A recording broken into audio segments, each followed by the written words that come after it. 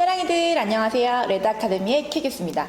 오늘은 에이프락시아 실행증에 대해서 공부해 보도록 하겠습니다. 실행증은 저번에 우리가 공부했듯이 펄셉션에 관련되어 있는데요. 펄셉션 중에서도 모터 펄셉션, 운동 지각력과 연관이 되어 있습니다.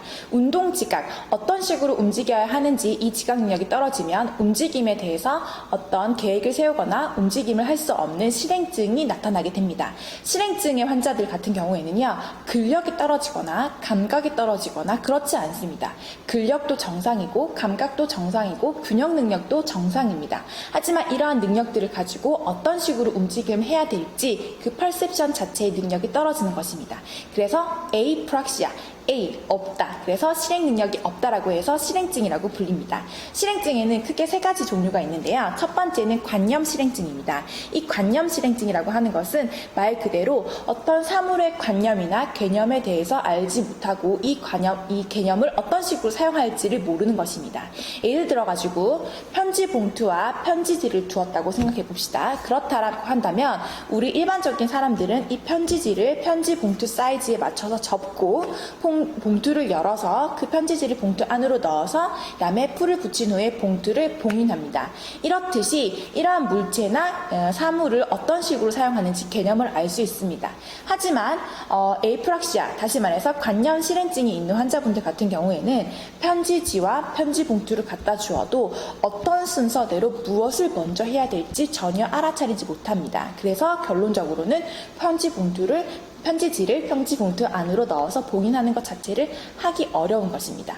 근력과 감각이 정상인데도 불구하고 말이죠. 두 번째 종류는 바로 관념 운동 실행증입니다. 이것은 구두 명령이나 모방으로부터 운동 동작을 실행하는 것은 불가능합니다. 다시 말해서 물컵을 갖다 놓고 제가 물을 마십니다. 그리고 난 다음에 환자분에게 똑같이 한번 따라해 보세요 라고 이야기합니다. 그런데 환자분은 이러한 움직임을 모방하거나 따라하는 능력을 잃어버립니다. 그런데 갑자기 이렇게 이런저런 활동을 하다가 자기가 갑자기 목이 말라져요. 그러면 이 물통에 있던 물을 마십니다.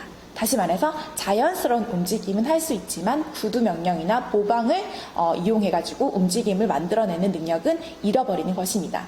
동작의 관념과 실제로 행하는 실행 간의 연결성이 장애가 생겨서 발생하는 것이죠.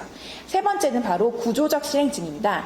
구조, 말 그대로 2차원적인 것, 3차원적인 거에 대한 인식이 떨어지고 주의력 결핍이 있는 것을 말합니다. 예를 들어가지고 우리가 옷을 입는 것도 3차원적인 움직임입니다. 어느 구멍에다가 머리를 넣고 어느 구멍에다가 팔을 넣어야 될지 3차원적인 움직임입니다.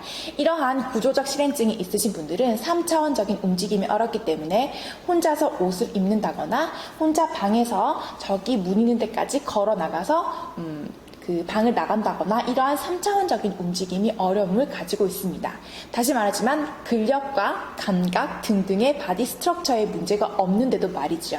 실제적으로 실행하는 것 자체에 문제를 가지는 것, 이것이 바로 에이프락시아입니다. 에이프락시아에 대한 종류와 어떤 정의를 이해하셨나요? 오늘의 영상도 도움이 되셨다면 구독과 좋아요 버튼 꾹꾹 눌러주시고 다음 시간에 또 만나요. 안녕!